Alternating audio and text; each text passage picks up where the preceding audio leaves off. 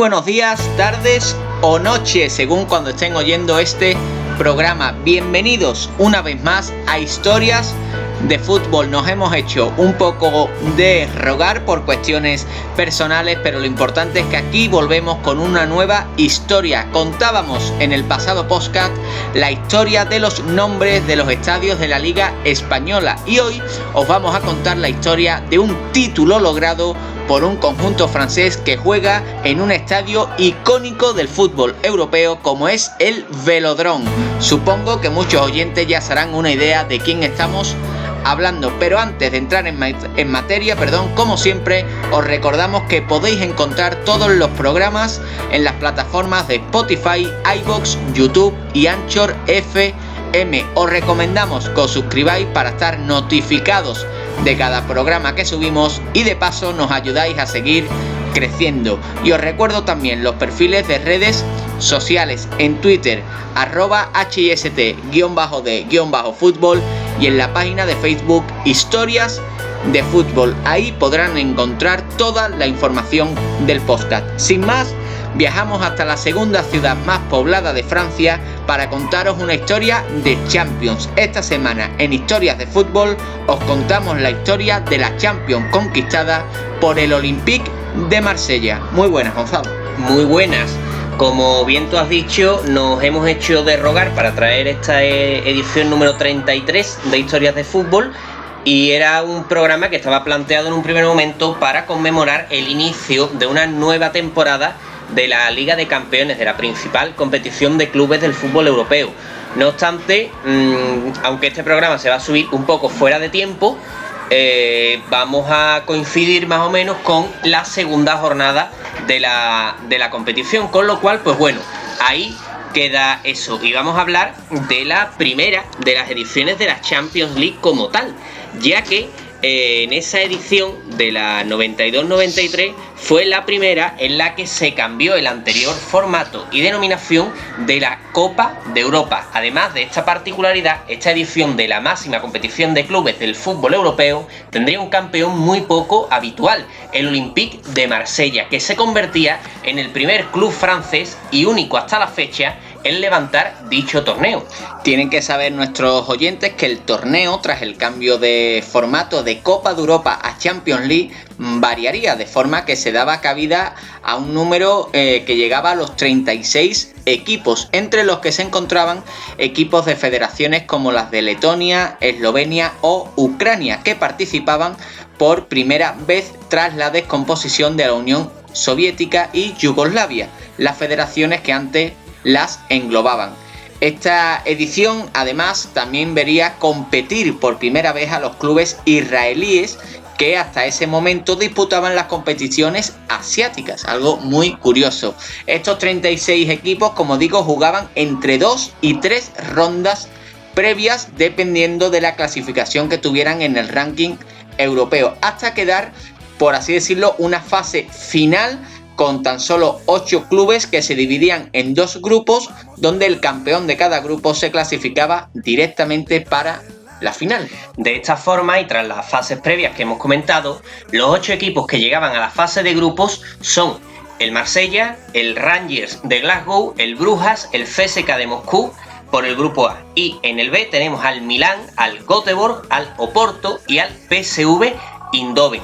Nosotros vamos a centrarnos en el primero de estos 8 equipos, en el Olympique de Marsella, que acabaría levantando el título en mayo del año 1993. Pero para poder explicar todo el camino del Marsella hasta este gran éxito europeo, vamos a tener que retrotraernos un poco en el tiempo hasta el año 1986, cuando llega a la presidencia de la entidad marsellesa. Yo creo que el principal protagonista de esta historia, y que por aquel entonces era un joven empresario llamado Gonzalo, no es que se llamara Gonzalo, quiero decir que Gonzalo va a explicar la historia de este joven empresario que se llamaba Bernard Tapie. Efectivamente, Bernard Tapie, que se marcó desde un principio el objetivo de llevar por primera vez a un club francés a tocar el cielo europeo. No obstante, las 2 primeras temporadas del club con Tapie en la presidencia no serían especialmente exitosas, pues pese a realizar grandes fichajes como los de Papin o Giresse, se quedaría en blanco. Esta mala racha la rompería en el año 89 cuando se proclama campeón liguero, iniciando una racha de 4 años consecutivos coronándose como campeón de Francia. En realidad tenemos que decir que serían 5 los años que el Marsella acabaría la liga en la primera posición, pero preferimos contar solo 4 y luego explicaremos el porqué de esto. En esta etapa, con Bernard Tapie en la presidencia, pasarían por el club de la Costa Azul grandes estrellas como el uruguayo Francescoli, Eric Cantona, Rudi Völler o Alain Bosic. Este gran elenco lograría llevar al Marsella a la élite del fútbol europeo, pues antes de hacerse con el título de campeón de Europa, el OM perdería la final de la temporada 90-91 frente a la Estrella Roja de Belgrado en los penaltis.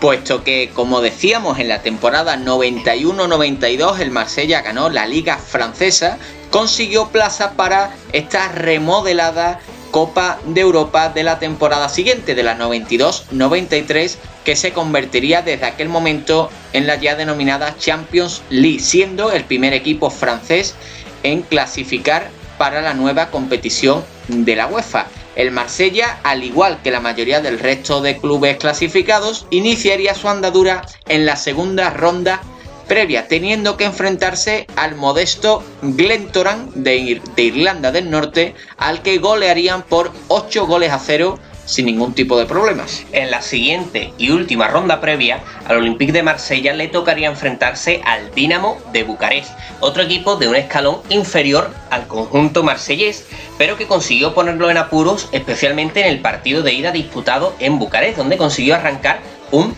0-0 de la ida. En el partido de vuelta, el Marsella ya sí se impondría por 2-0 gracias a un doblete de Alain Bosic, un Alain Bosic que ya nombramos en este programa, pues apareció en el podcast que le dedicamos a el fútbol en Yugoslavia en los momentos previos a la guerra, esa guerra de principios de los 90.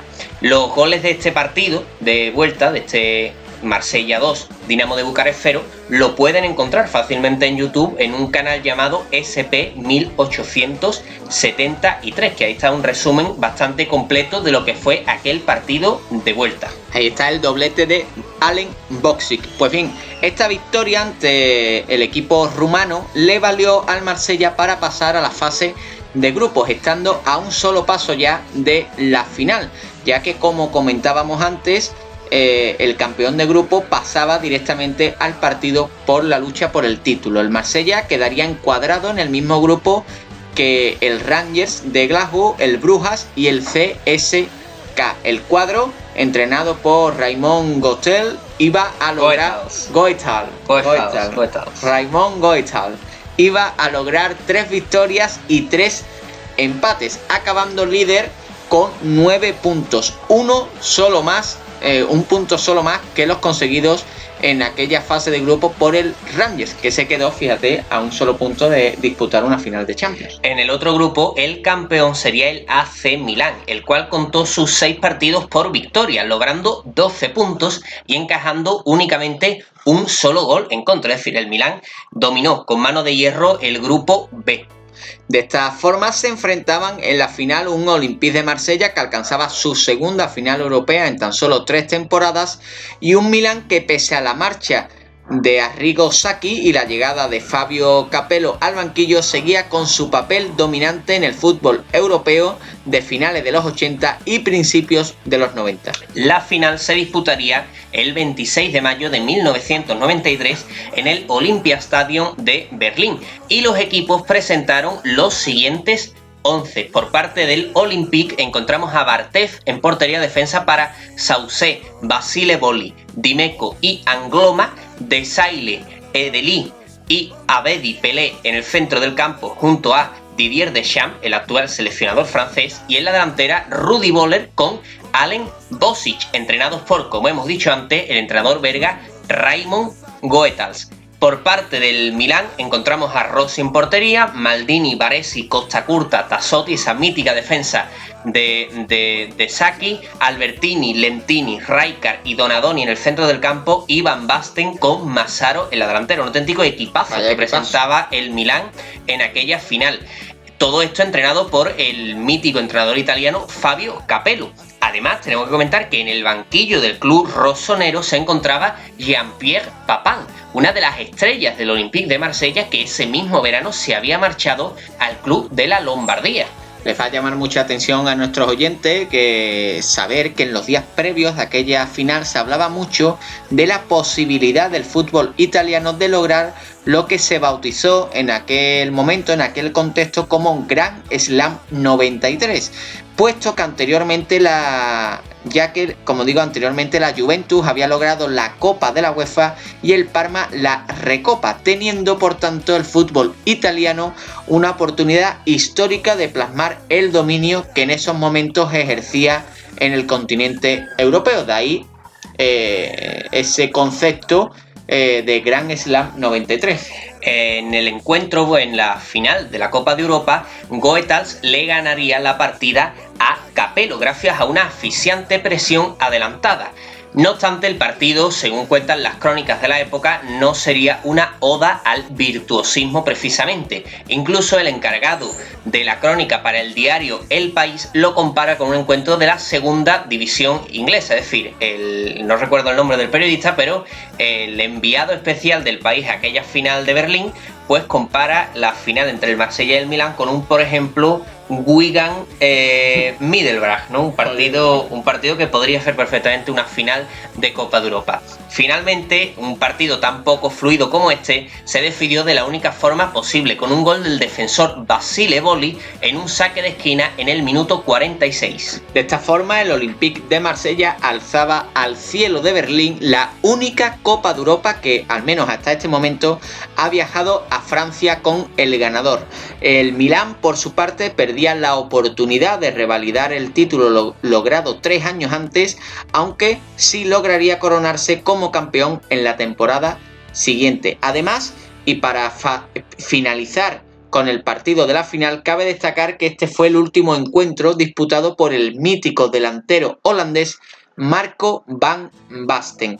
La cuestión, Gonzalo, es que las semanas siguientes no serían especialmente apacibles para la afición marsellesa, y es aquí donde comienza realmente el jugo de esta historia que hoy traemos. Así fue, pues apenas un par de meses después de la final se destaparía una trama de amaños de partidos dirigida por el presidente de la entidad, Bernard Tapie, quien se había encargado de asegurarse la victoria en varios partidos ligueros de esa temporada, siendo especialmente sangrante el caso del último partido frente al Valenciennes, al cual sobornó para que no entraran con excesiva fuerza y reducir a cero los riesgos de que algún jugador de su equipo cayera lesionado para la final europea que se iba a disputar varios días después. Este escándalo hizo nada más y nada menos que el Marsella perdiera el título de campeón liguero, fuera sancionado con un año sin poder jugar en Europa, lo que le impidió jugar la Copa Intercontinental y, lo que es más grave,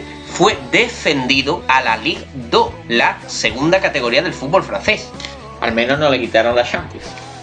Porque ahora vamos a explicarlo, pero de momento esta trama de amaños no concierne a los partidos europeos, sino únicamente a partidos. Ahora lo vamos a explicar, pero claro, es lo que se estarán preguntando los oyentes, obviamente. Bueno, seguimos. Todo esto sirvió para que Tapie abandonara la entidad del Olympique de Marsella en el año 1995, dejándola al borde de la desaparición, cosa que hubiera ocurrido de no ser por la compra de Robert Louis Dreyfus, el dueño francés de la marca Adidas, que devolvería al club a la élite del fútbol francés y europeo, teniendo que lograr el ascenso en 2 ocasiones, algo la verdad que realmente anecdótico y sorprendente, pues la primera le fue invalidada por la Federación Francesa como sanción por esos casos de amaños del año anterior, por lo cual el ascenso definitivo se produjo a la segunda, en la temporada 95-96, tras quedar segundo clasificado.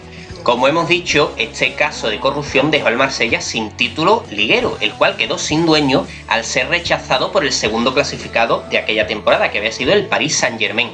y sin poder disputar la Copa Intercontinental, la cual disputó y perdió el Milán frente al Sao Paulo brasileño, además de suponer un repentino punto de inflexión en una entidad que había alcanzado lo más alto del fútbol europeo, pero en ningún caso corrió riesgo su título de primer campeón de la Champions League, puesto que no se había encontrado nada irregular en los partidos disputados por el Olympique de Marsella en esta competición.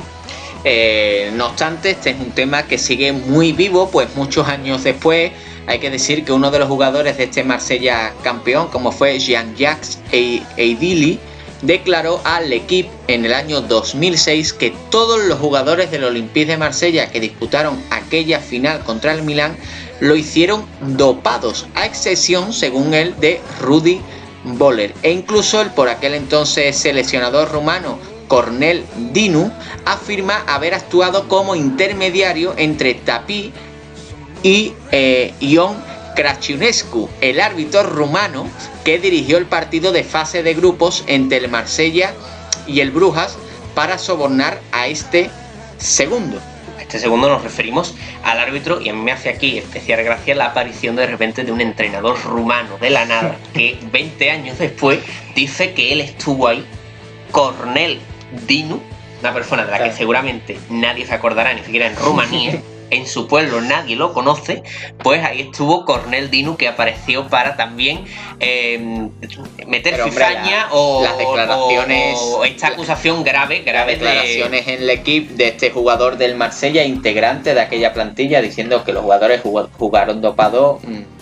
La verdad es que tela. ¿Cuál es el tema? Pues que pese a estas acusaciones más tardías, la UEFA no ha vuelto a reabrir la investigación sobre aquella Champions League conquistada por el Olympique de Marsella. Y quizás, y esto es una suposición personal, puede afectar a esto el hecho de que en la época en la que se realizaron estas tardías acusaciones, el presidente del fútbol europeo era nada más y nada menos que Michel Platini, todo un mito del fútbol francés, y que bueno, pues también carga, y precisamente a día de hoy está inhabilitado por eso mismo, con varios casos de corrupción a su espalda. Así que seguramente la situación en la UEFA en esos momentos no era la más propicia para que se reabriera ese caso tantos años después. Aún así, la pasional y peculiar afición marsellesa sigue celebrando todo lo que han seguido en aquella época con total orgullo, incluso la liga que le arrebataron en la temporada 92-93, con el lema, y les pido perdón por mi francés de primero de bachillerato, a jamais les premiers, los primeros para siempre, sin que la afición marsellesa se siente campeona de aquella liga 92-93. Efectivamente. Y bueno, con esa suposición o con esa puerta entreabierta que dejamos sobre qué fue lo que ocurrió en aquella Champions de mayo de 1993 conquistada por el Marsella, no sabemos si hubo algún tipo de amaño, si hubo dopaje, si no sabemos si Bernard Tapie hizo de las suyas para lograr la orejona para el equipo marsellés o no. Si hay algún oyente que quiera aportar su teoría o su opinión, pues nos pueden dejar los comentarios que deseen y los seguiremos debatiendo. Y hasta aquí esta historia de fútbol con la que conmemoramos el inicio de una nueva temporada Champions, en la que también hay que decir que el gran favorito, creo que de esta Champions, curiosamente, es un equipo francés, no el Marsella, sino el Paris Saint-Germain, después del fichaje de Lo Messi, y no sabemos si irá por segunda vez la orejona a Francia o no. De todas maneras, los hinchas marselleses siempre pondrán decir aquello de los primeros para siempre. Y hay que decir, y también como curiosidad que me acabo de acordar ahora mismo, que el Paris Saint-Germain está en el mismismo grupo que el Brujas, que también jugó con el Marsella en aquel grupo de la 92. Y también 93. Hay sospechas de que, bueno, no de amaño, pero sí de... Evidentemente, pero sí de estar, por así decirlo, saltándose el fair play financiero de la UEFA. Se extralimita en la financiación, ¿no? Bueno, sea como sea, aquí está el Marsella campeón de la 92-93, que pese a todas las acusaciones y cualquier cosa que se pueda plantear,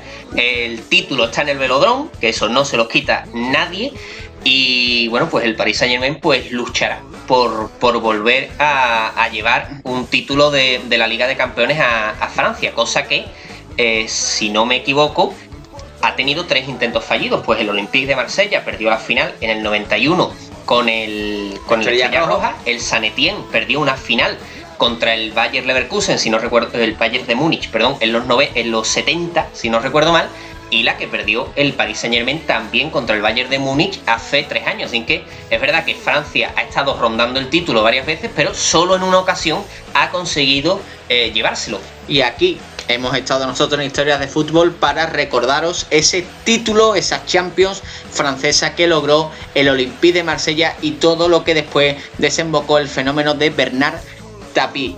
Espero que hayan disfrutado mucho de esta historia. Saben que la tienen en nuestras plataformas de Spotify, iVoox, YouTube y Ancho FM, que todas las novedades y toda la información la pueden encontrar en nuestro Twitter, @hist_de_fútbol, y en la página de Facebook Historias de Fútbol. Bueno, prometemos volver, no sabemos cuándo, porque bueno, ahora ya después del verano empezamos a tener ya nuestras responsabilidades y obligaciones, pero bueno, vamos a seguir con asiduidad, si no es lo más pronto posible. Efectivamente, vamos a intentar volver lo más pronto posible con nuevas historias, pero bueno, aquí tienen la historia número 33, sí, que ya tenemos 33 historias. Si se han perdido algunas, tienen bastante para, y la anterior retomar. La anterior fue una superproducción de Historias de Fútbol, un mega recopilatorio con documentos de Manuel Ruiz de Lopera inaugurando estadios, historias espectaculares. Y tenemos que decir que para el próximo programa tenemos una idea muy peculiar, que creo que a muy pocos de nuestros oyentes la van a conocer, pero que es uno de estos productos futbolísticos de la España de los 90, que es una auténtica maravilla. Solo digo que es una liga, a ver cómo lo explico, es una competición en la que los equipos participan agrupados en regiones. Vale, que yo hasta ahora no he cogido de qué estaba hablando. Vale, bueno, pues ahí está el tema introducido. De todas maneras, como siempre, si algún oyente quiere proponernos algún tema, alguna historia, pues estamos encantados de recibir proposiciones. Y tengo que seguir diciendo cosas porque es que claro, el epílogo del programa va a ser más largo que el programa. Es que como hace tantísimo que no pasamos por aquí, pues hay que decir muchas cosas. Y lo último es que muchas gracias a todos los que nos escuchan, especialmente por la plataforma de iVoox, que estamos subiendo mucho las escuchas en esta plataforma, que al final es muy importante para nosotros porque es la principal plataforma para los podcast, pero también agradecer por supuesto a todos los que nos escuchan por YouTube y sobre todo por Anchor y Spotify, que son muchísimos y muchísimos más de los que nosotros de verdad pensábamos que podríamos llegar a tener. Y muchas gracias también a aquella persona que en el anterior programa de iVoox nos aclaró eso sobre Batán, verdad. Que nos dejó el comentario de Babazorro. Bueno, no sé si era Babazorro, lo dijimos hablando de Mendizorroza, pero bueno, también gracias por aclararnos esa duda, sin que cualquier cosa, corrección o lo que sea, y no me enrollo más ya porque me están queriendo echar. Bueno, hasta aquí llega este programa 33 de Historia de Fútbol. Por favor, suscríbanse para estar atentos a las notificaciones y para ayudarnos a seguir. Prometemos volver lo antes posible con una nueva historia de fútbol. Muchas gracias.